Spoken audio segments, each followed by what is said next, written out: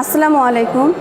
আমার স্নেহের সুপ্রিয় শিক্ষার্থীরা, আশা করি সবাই ভালো আছো, সুস্থ আছো এবং তোমরা প্রত্যেকের অবস্থান থেকে নিরাপদে আছো। তোমাদের সবাইকে আহমেদ বাওয়ানি একাডেমির অনলাইন স্কুল ক্লাসে স্বাগতম। আজকের ক্লাসটি আমার পঞ্চম শ্রেণীর শিক্ষার্থীদের জন্য। তো ইতিমধ্যে তোমাদের আসলে 3টি ক্লাস হয়েছে পঞ্চম শ্রেণীর শিক্ষার্থীদের। আর যেহেতু তোমরা একটি বোর্ড পরীক্ষায় অ্যাটেন্ড করবে, তো আমার মনে হয় যে আসলে অলরেডি আমাদের 2টি মাস চলেও গিয়েছে। তো প্রত্যেকটা সময় আসলে ইম্পর্ট্যান্ট এবং হেলাফেলা না কাটিয়ে প্রত্যেকটা সময় আসলে তোমাদের খুব গুরুত্ব সহকারে কাটাতে হবে। এবং যে ক্লাসগুলো হয়েছে এবং পরবর্তীতে যে ক্লাসগুলো হবে, আমি আশা করব তোমরা প্রত্যেকটি ক্লাস খুব গুরুত্ব সহকারে দেখবে। এবং আজকের আমার এই ক্লাসটি এখন যারা দেখছো তারা মনোযোগ সহকারে দেখবে, এবং এখন যারা দেখতে পারছো না তারা পরবর্তীতে অবশ্যই ক্লাসটি দেখবে এবং তোমার আশেপাশে যারা বন্ধুরা আছে বা সহপাঠীরা আছে তাদেরকে দেখার জন্য অনুপ্রাণিত করবে। আজকে আমি তোমাদের পঞ্চম শ্রেণীর 3য় অধ্যায়ের 3টি সমাধান নিয়ে আলোচনা করব।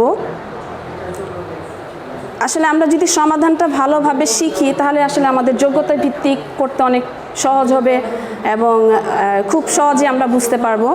আর সেই আলোকে আসলে আমি বইয়ের থেকে ইম্পর্ট্যান্ট 3টি অঙ্ক নিয়ে আজকে তোমাদের সামনে হাজির হয়েছি। তো আমি আশা করবো তুমি ক্লাসটি খুব ভালোভাবে দেখবে। আর এই চ্যাপ্টারটা হচ্ছে ঐকিক নিয়ম। তো ঐকিক নিয়মটা কি সেটা আমরা মোটামুটি জানি যে ঐকিক নিয়মের নিয়ম হচ্ছে যে যা চাওয়া হয় তার থেকে প্রথমে আমাকে একটির দাম বের করতে বলা হয়, বা খরচের টাকা বের করতে বললে মানে যেটা চাওয়া হয়, যে ধরো খরচের টাকা বের করতে বলা হয়েছে সেটা সব সময় হাতের ডান পাশে সেই খরচের দামের কথাটা উল্লেখ করতে হয়। মানে এটা হচ্ছে ঐকিক নিয়মের একটি নিয়ম, মানে যাই তোমার কাছে চাইবে সেটা আমরা ডান পাশে লিখব। তো আজকে আমরা আসলে ক্লাসটি দেখি এবং সমাধান করে চেষ্টা করি। আসলে দেখো 1 নম্বরের প্রশ্নটা কি আছে তোমরা সবাই একটু খেয়াল করে পড়ো। জাহিদুল ইসলাম বাজার থেকে 40 কেজি চাল, 265 টাকার সয়াবিন তেল এবং 588 টাকার মাছ কিনলেন। চাল কিনেছে 40 কেজি এবং তেল কিনেছে 265 টাকার, আর মাছ কিনেছে 588 টাকার। কিন্তু 40 কেজি চালের দামটা কিন্তু এখানে উল্লেখ করা নেই। কিন্তু পরবর্তী লাইনে কি বলা হয়েছে যে প্রতি কেজি চালের দাম 38 টাকা। শুধু 1 কেজি চালের দাম এখানে উল্লেখ করা হয়েছে। তো যেহেতু আমার 40 কেজি আমি চাল কিনেছি, বাট এখানে 40 কেজি চালের দাম উল্লেখ করা নেই, কিন্তু 1 কেজি চালের দাম উল্লেখ করা আছে। প্রথমে আমাদের কি করতে হবে, যেহেতু আমি বাজারে গিয়েছি, বাজার করছি, তার মানে আমার 40 কেজি চালের দাম কত সেটা আগে বের করতে হবে। তো সেইখান থেকে আমি ফার্স্টে আমাদের 40 কেজি চালের দামটা বের করব।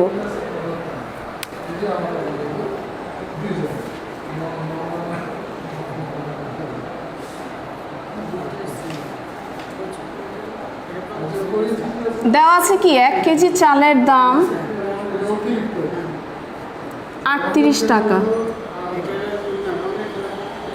তাহলে আমরা চাল কিনেছি কত কেজি, 40 কেজি। 40 কেজি চালের দাম, আচ্ছা 1 কেজি চালের দাম হচ্ছে 38 টাকা। আমরা বের করব 40 কেজি চালের দাম। তার মানে বেশি হলে কি হয়, গুণ হয়। আমাদের 1 কেজি চালের দাম দেওয়া ছিল, কিন্তু আমাদের এখন 40 কেজি চালের দাম বের করতে হবে। তো 40 কেজি চাল তো অনেক বেশি, তার মানে আমরা এই 38কে কি করব, 40 দিয়ে গুণ করে দেব।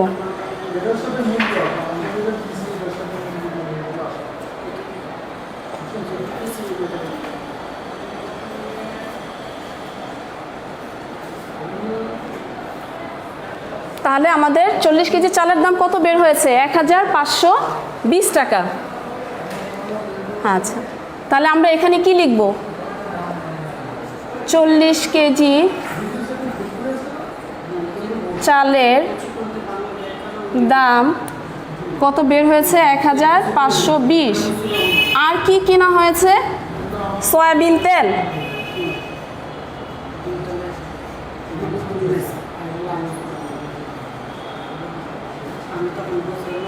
সয়াবিন তেলের দাম ছিল কত, 265 65 টাকা।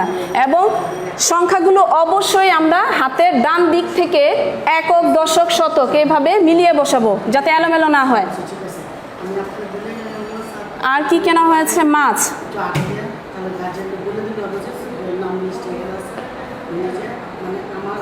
মাছের দাম কত? 588 টাকা।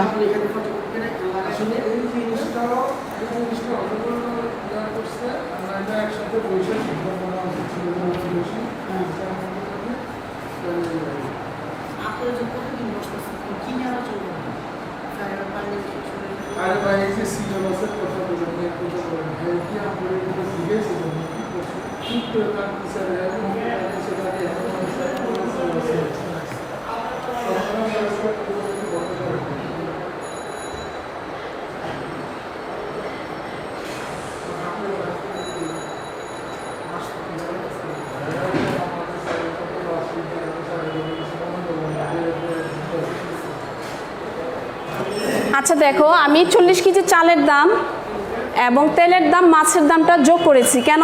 কারণ আসলে আমার কত টাকা খরচ হয়েছে সেটা আগে বের করতে হবে। যে টাকাটা আমি খরচ করেছি, মানে জিনিসপত্র কিনেছি, কেনার পরে তো আমি দোকানদারকে 3000 টাকা দেবো, তাহলে আমার কত টাকা খরচ হয়েছে সেটা আমরা বের করলাম যোগ করে। তো এখন আমরা দোকানদারকে দিয়েছিলাম কত টাকা? তোমার টোটাল খরচ হয়েছে 2373 টাকা, মানে আমরা 2373 টাকার বাজার করেছি। তো দোকানদারকে দেওয়া হলো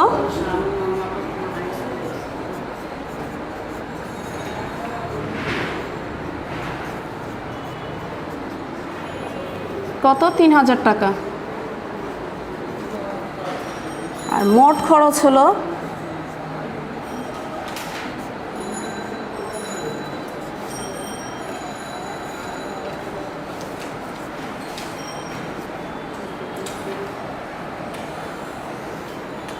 সুতরাং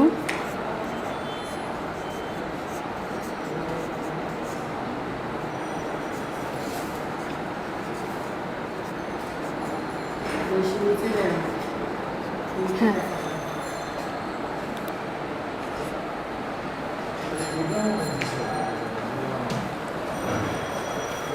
তাহলে আমরা দোকানদারকে যে টাকাটা দিয়েছিলাম সেখান থেকে আমরা যে টাকাটা খরচ করেছি সেটা বিয়োগ করে দিলাম। এখন দেখো, আমি আশা করি তোমরা অঙ্কটা বুঝেছো। তো এই অঙ্ক থেকে আসলে যদি যোগ্যতা ভিত্তিক হয়, আমি জাস্ট এটা আলোচনা করছি যে ক নাম্বারে হয়তো বা এটা উদ্দীপক আকারে থাকবে এবং ক নাম্বারে বলা হলো যে 40 কেজি চালের দাম কত।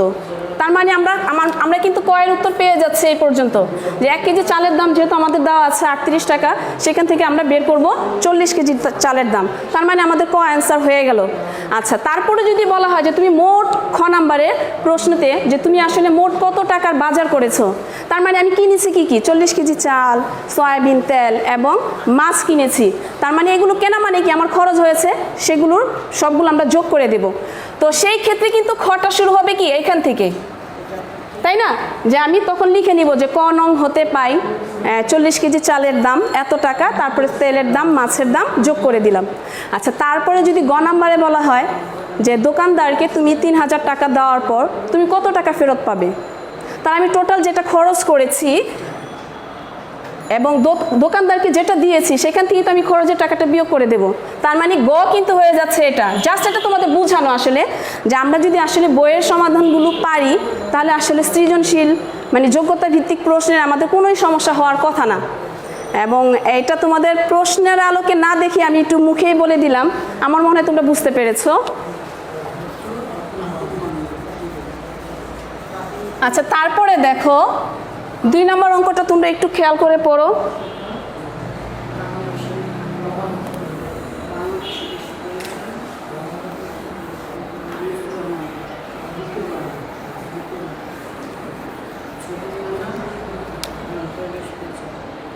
দুই নং। আচ্ছা, মলি ও রাজুর একত্রে 8580 টাকা আছে। রাজু অপেক্ষা মলির 480 টাকা কম আছে। মলি ও রাজুর প্রত্যেকের কত টাকা আছে? অনেক সময় আমি অঙ্কটার ব্যাপারে একটু কথা বলে নেই যে তাদের দুজনের তো একত্রে আছে, তাই না? কিন্তু এখানে বলা হয়েছে রাজু অপেক্ষা মলির 480 টাকা কম আছে, বা এখানে এরকমও থাকতে পারতো যে রাজু অপেক্ষা মলির 480 টাকা বেশি আছে। কিন্তু সেই ক্ষেত্রে কি আমরা আবার অন্যভাবে করব না। তো এই ক্ষেত্রে এই নিয়মের অঙ্কটা করতে গেলে আমি তোমাদের বলবো যে সব সময় আসলে খেয়াল রাখবে যে কে কম পাচ্ছে, এবং এখন যে নিয়মে আমি অঙ্কটা করাবো সেইভাবে সেটা কম থাকুক বা বেশি থাকুক যেভাবেই করো, মানে তুমি যদি বুঝতে পারো যে আসলে কে কম পাচ্ছে তাহলে তোমাদের অঙ্কটা ভুল হওয়ার কোনো সম্ভাবনা নেই। সেটা হচ্ছে কি যে আসলে ওদের দুজনের টাকা ছিল কত 8,580 টাকা, এবং মলির কম টাকা ছিল 480 টাকা। সেটা আমরা মোট টাকা থেকে বেশি থাক বা কম থাক, যে টাকাটা বেশি থাকবে সেটাও বিয়োগ করে দেব মোট টাকা থেকে, এবং যে টাকাটা কম থাকবে সেটাও বিয়োগ করে দেব। কারণ আমরা যদি বিয়োগ করে দেই তাহলে আসলে দুজনের টাকার পরিমাণটা কি হচ্ছে, সমান হচ্ছে।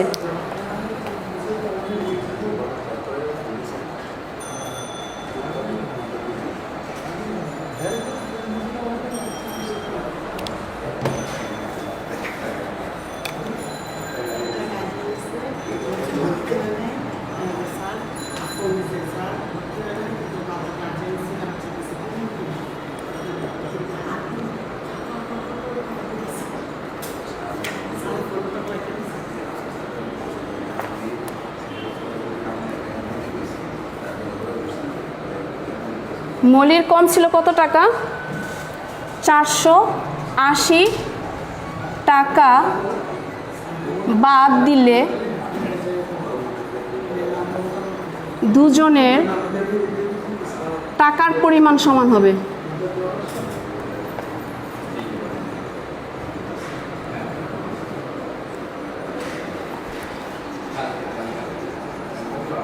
সমান হবে। সুতরাং আমরা বিয়োগ করে দেই।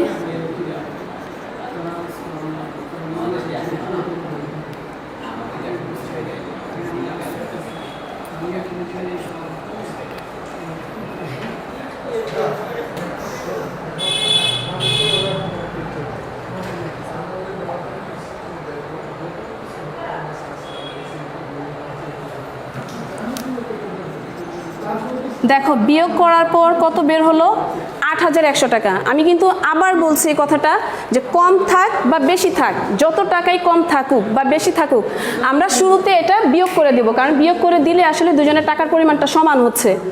তাহলে আসলে বিয়োগ করার পর কত থাকছে, 8,100 টাকা। এখন কি চিন্তা করবো আমরা চিন্তা করবো যে আসলে কম পাচ্ছে কে। এই জিনিসটা খুব খেয়াল রাখতে হবে যে মলি কম পাচ্ছে না রাজু কম পাচ্ছে। যেহেতু বলেছে রাজু অপেক্ষা মলির 480 টাকা কম আছে, তার মানে মলি কম পাচ্ছে। ঠিক মলির টাকাটা এখন আগে বের করবো আমরা। মলি পাবে কত টাকা, এই বিয়োগ করে যেটা পেয়েছি তার সাথে আমরা 2 ভাগ করে দেব। কেন 2 ভাগ করব, কারণ মলি এবং রাজু ওরা দুইজন ছিল, তাই আমরা বিয়োগ করার পর বিয়োগফল যেটা ছিল তার সাথে আমরা 2 ভাগ করে দিলাম। এবং এটা যদি তোমাদের সৃজনশীল আকারে ক খ হিসাবে থাকে অবশ্যই তোমরা পাশে রাফ করে দেখাবা। অঙ্কের পাশে অবশ্যই রাফ করতে হবে, রাফ করো। দেখো এই ভাগটা কিন্তু তোমরা অনেকেই ভুল করে থাকো। 2 বার দিয়েছি তাহলে কত হলো, 4। এখন তো আমি 1 নামাবো। 2 থেকে কিন্তু আমরা চাইলেই পর দুটি সংখ্যা আমরা নামাতে পারবো না। আমরা 1 নামিয়েছি, কিন্তু 2 থেকে 1 খুব ছোট। তাহলে আমরা যদি 2 এর নামটা পড়ি 1 বার দিলেও বেশি হয়ে যায়, তার মানে আমরা দিব কি 0 বার। 0 বার দিলে কি হয়, 2 0 0, বিয়োগ করলে একই থাকছে। তারপরে সংখ্যাটা নামালাম 0, 5 দুগুণে 10, তারপর আরেকটা 0 থেকে যাচ্ছে, 2কে 0 দিয়ে ভাগ করলে 0ই হয়, এটা তো আমরা জানি সবাই। তার মানে মলি পাচ্ছে কত টাকা, 4,050 টাকা। এখন বের করবো কারটা, রাজু। সুতরাং রাজু পাবে কত, এই মলি যে টাকাটা পেয়েছে তার থেকে 480 টাকা, তার সাথে 480 টাকা যোগ করে দেব। কেন, কারণ এখানে কিন্তু বলা হয়েছে রাজু অপেক্ষা মলির 480 টাকা কম আছে, তার মানে রাজুর 480 টাকা বেশি আছে। তো এই কারণে আমরা মলির টাকার সাথে রাজুর টাকাটা যোগ করে দিলাম।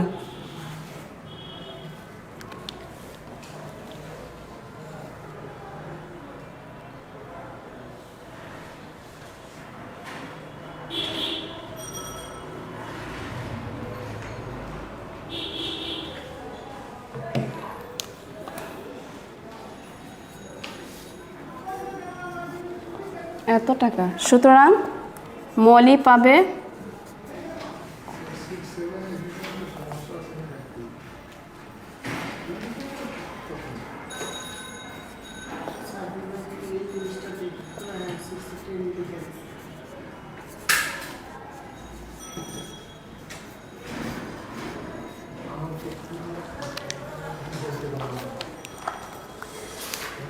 দেখো এরকম আরেকটি অঙ্ক তোমাদের বইতে আছে, আমি প্রশ্নটা পড়ে শোনাচ্ছি যে ফরিদা এবং ফাতেমার বেতন একত্রে 19,950 টাকা।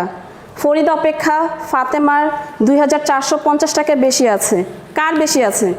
ফরিদার চেয়ে ফাতেমার 2,450 টাকা বেশি আছে। তো সেই ক্ষেত্রে আমরা কি করব? সেই ক্ষেত্রেও কিন্তু আমরা ওদের দুজনের যে টাকাটা ছিল বেশি আছে বলে আমরা যোগ করে দেব তা না, সেই দুজনের যে টাকার পরিমাণটা ছিল সেইখান থেকে আমরা ফাতেমার যে টাকার পরিমাণটা বেশি সেটা বিয়োগ করে দিলে কি হবে? দুজনের টাকার পরিমাণটা সমান হয়ে গেল। বিয়োগ করে দিয়ে বিয়োগফলটাকে আমরা 2 দিয়ে ভাগ করলে কার টাকাটা পাবো? কারণ এখানে কম পাচ্ছে কে, আমি কিন্তু আগেই বলেছিলাম যে আমাদের খেয়াল রাখতে হবে আসলে কে কম পাচ্ছে তারটা আগে বের করব। তাহলে এখানে দেখা যাচ্ছে যে ফরিদা অপেক্ষা ফাতেমা বেশি পাচ্ছে, মানে ফরিদা কম পাচ্ছে, তার মানে বিয়োগফলটার সাথে আমরা যদি 2 ভাগ করে দিয়ে দিই তাহলে সেটা বের হবে কার টাকার পরিমাণ? ফরিদার টাকার পরিমাণ। তারপরে আমরা ফাতেমার টাকার পরিমাণটা বের করব।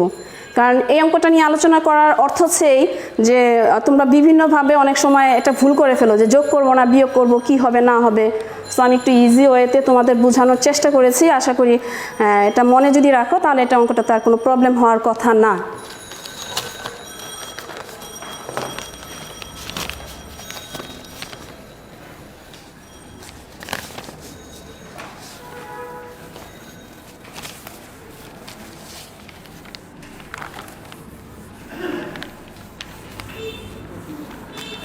এবার আমরা যাব 3 নাম্বার,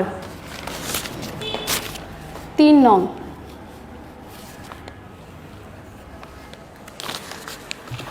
3 নম্বর অঙ্কটাতে বলা আছে জালাল সাহেবের মাসিক বেতন 8,765 টাকা। তিনি প্রতি মাসে বাড়ি ভাড়া দিচ্ছেন 3,225 টাকা এবং অন্যান্য কাজে সে খরচ করছেন 4,850 টাকা এবং অবশিষ্ট যে টাকাটা থাকছে সেটা সে ব্যাংকে জমা রাখছে। আচ্ছা, সে তো মাসিক বেতন পাচ্ছে 8,765 টাকা। এটা হচ্ছে বেতন। বেতন পাওয়ার পরেই তো আমরা বাড়ি ভাড়া দেই বা অন্যান্য খরচ করি, তাই না? তো শুরুতে আমরা কি করব যে আসলে আমাদের বাড়ি ভাড়া এবং অন্যান্য আনুষঙ্গিক কাজে কি খরচ হচ্ছে সেটাকে আগে যোগ করে দিব, কারণ আমাদের খরচের পরিমাণটা কি সেটা আগে বের করব। তো আমরা এখানে আগে কি করব, শুরুতেই জালাল সাহেব বাড়ি ভাড়া দিচ্ছেন কত?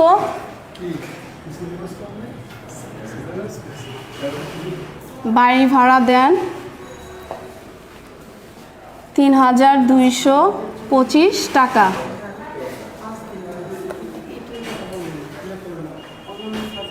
অন্যান্য কাজে ব্যয়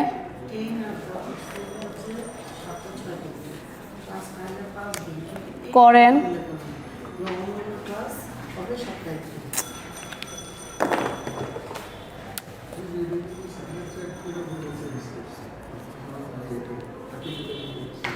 অন্যান্য কাজে ব্যয় করছেন কত টাকা? 4,850 টাকা। আসলে মাস শেষে কত খরচ হচ্ছে সেই খরচের উপর নির্ভর করেই তো আসলে আমার ইনকাম কত, আমি মাসে কত টাকা বেতন পাচ্ছি, বেতন পাওয়ার পর আসলে টোটাল আমার কত খরচ হচ্ছে, সেই খরচটা বাদ দিয়ে যে টাকাটা থাকবে সেই টাকাটি তো আমরা ব্যাংকে জমা রাখবো, তাই না? তাহলে এটা কি করে দেবো, আমরা যোগ করে দেব যে বাড়ি ভাড়া দিচ্ছেন কত এবং অন্যান্য কাজে ব্যয় করছেন কত।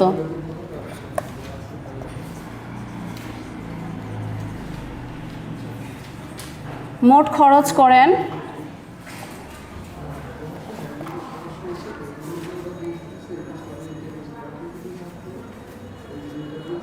8,075 টাকা।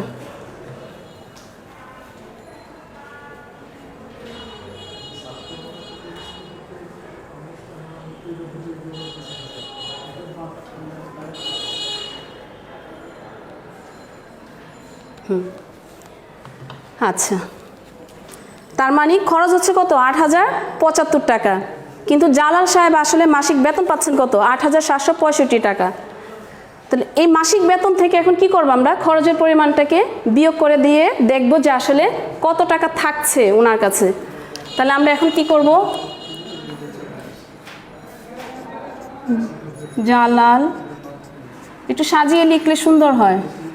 সাহেবের মাসিক বেতন 8,765 টাকা এবং তিনি খরচ করেছেন, তিনি মোট খরচ করেন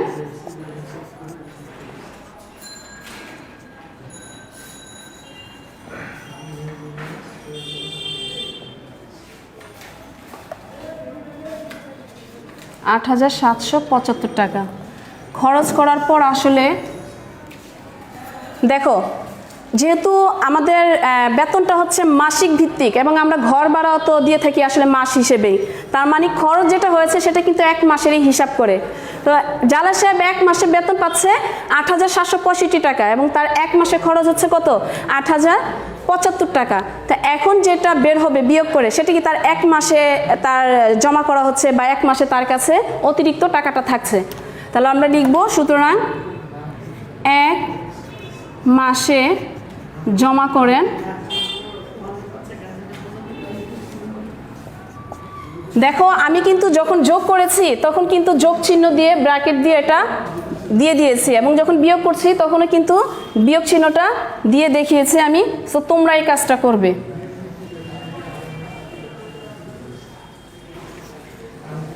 আচ্ছা, তার মানে তার এক মাসে জমা হচ্ছে কত?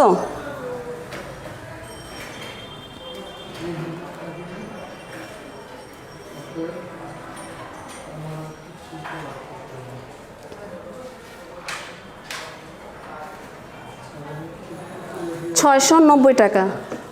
কারণ আয়ের চেয়ে যদি ব্যয় বেশি হয়ে যায় তখন তো আমরা জমাতে পারি না, তাই না? যখনই আয়ের চেয়ে ব্যয়টা কম হবে তখনই কিন্তু আমরা জমাতে পারি। তাই এখানে দেখা যাচ্ছে যে তার খরচ যেটা হচ্ছে সেখান থেকে আসলে সে চাইলেই এক মাসে 690 টাকা জমা করতে পারছেন এবং করছেনও।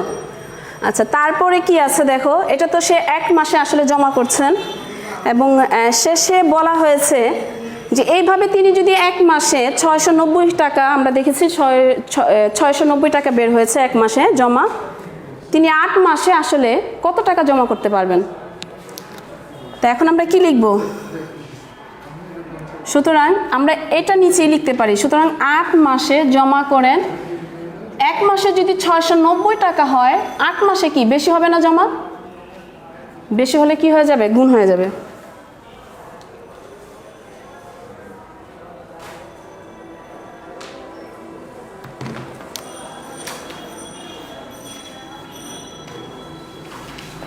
সুতরাং 8 মাসে জমা করেন কত টাকা? 5,520 টাকা।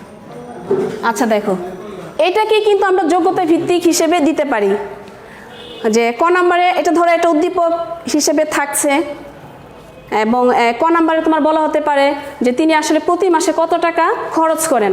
তো প্রতি মাসে আসলে আমরা খরচটা বের করেছি কত? 8,075 টাকা। কারণ এক মাসে ইনি বাড়ি ভাড়া দিচ্ছেন এবং অন্যান্য কাজে যেটা খরচ করছেন সেটাই তো হচ্ছে প্রতি মাসের খরচ। তার মানে এটা সৃজনশীল আকারে থাকলে তোমরা পারবে, যদি এই অঙ্কটা পারো যে প্রতি মাসে তিনি কত টাকা খরচ করছেন, তখন কিন্তু এটা হয়ে গেল ক। এবং খ নম্বরের প্রশ্ন থাকতে পারে যে তিনি আসলে প্রতি মাসে কত টাকা জমা করছেন। তার মানে আমার যে টাকাটা খরচ হয়েছিল, উনি যে টাকাটা খরচ করেছিলেন এবং তার মাসিক যে বেতনটা ছিল তার থেকে বিয়োগ করে দিয়ে আমরা যেটা পেয়েছি সেটা হচ্ছে প্রতি মাসে। তার মানে এটা হচ্ছে খ। এবং গ নম্বরে তোমার বলতে পারে, এইখানে যেহেতু বলেছে 8 মাসে তিনি কত টাকা জমা করেন, বলতে পারে 1 বছরে তিনি কত টাকা জমা করেন। আর 1 বছর মানে কি? আমরা জানি 1 বছর সমান 12 মাস। তখন আমরা কি করব? 1 মাসে যে টাকাটা জমাচ্ছেন তাকে আমরা 12 দিয়ে গুণ করে দেব। এখানে 8 মাসের পরিবর্তে 1 বছর থাকতে পারে। যদি ধরো 2 বছর দেওয়া থাকে, 2 বছর মানে কি? 1 বছরে 12 মাস, 2 বছরে 12 দুগুণে 24 মাস, তখন আমাদের 24 মাসেরটা বের করতে হবে। এখন আমি এটাই কারণে বললাম যে আমরা আসলে মনে করি যে যত বেশি সৃজনশীল করতে পারবো ততই বুঝি ভালো না। আসলে আমাদের মেন বইটাকে ভালোভাবে করতে হবে এবং মেন বইয়ের যে অঙ্কগুলো আছে আমার বিশ্বাস সেগুলো যদি তোমরা খুব ভালোভাবে প্র্যাকটিস করো ইনশাল্লাহ তোমরা যোগ্যতা ভিত্তিক যেভাবে আসুক পারবে। তো শিক্ষার্থীরা আজ এই পর্যন্ত, আগামী ক্লাসে ইনশাল্লাহ আবার দেখা হবে তোমাদের সাথে। সে পর্যন্ত সবাই ভালো থেকো, সুস্থ থেকো, আল্লাহ হাফেজ।